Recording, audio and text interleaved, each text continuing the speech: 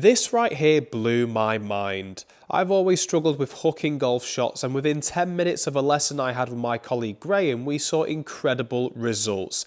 I literally went from hitting shots too far to the left to hitting consistent fades every single time. And this concept is something I believe any golfer can do no matter their age or ability. And that's what I want to be covering with you in today's video. So at the start of the short lesson I had with Graham, what we noticed was that my club face was closing down way too much and I was swinging too far from in to out.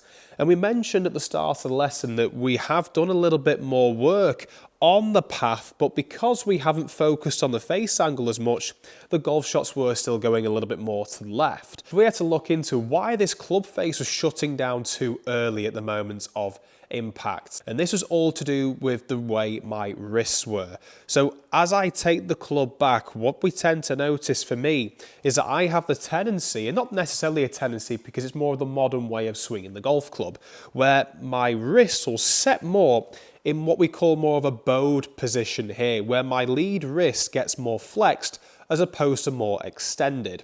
So when we get this flexed wrist position at the top of the swing, that's going to encourage the club face to close down. And from this bowed angle on the way down, if I didn't hold this angle for long enough, I would end up just early releasing the club and closing the face down. With an inside to out path and closing the face down too much wasn't really going to help my golf game at all. And this was backed up by the hack motion data, where it indicates at the top of the swing, I would usually get a little bit too flexed. And that's okay, flex is okay as long as we promote more shaft lean and rotate through the ball at impacts. This is what Graham was saying, and this is what I teach quite a lot as well, but it wasn't something I was doing. So what I had to do was focus on the impact. How could I get that club face more square? How could we hold this angle on the way through for longer?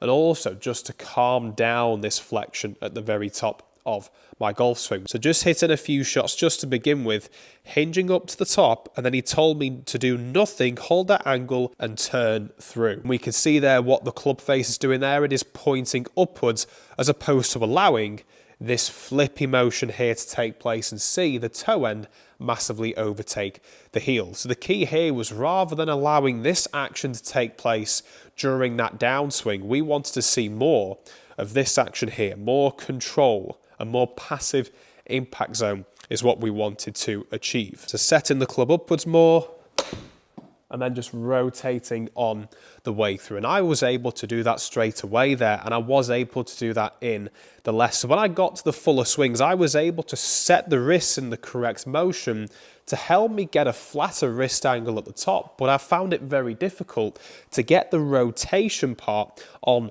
the way through. As we noticed, the path started to creep a little bit more out to in, which was good, but as soon as I stopped turning the body and allowed just a little bit of the arms to take over, it was game over for me. They were just going straight left. So what I did was two things. One in particular, I used the precision impact just to help me hold this angle, this wrist setting all the way through to impact, but also feel like I was turning my sternum, center of my chest, round towards the wall behind me. And when we combined the two, it was the incredible moment. It was the game-changing moment for me. Because what this here, the precision impact, allowed me to do was to hear the clicks to help me set the club in the right position on the way back, the feeling of it going a little bit more on the outside, but then to hold this angle on the way through. I can't get my wrist out of that position now. It's very hard for me to do that. So it forced me to rotate round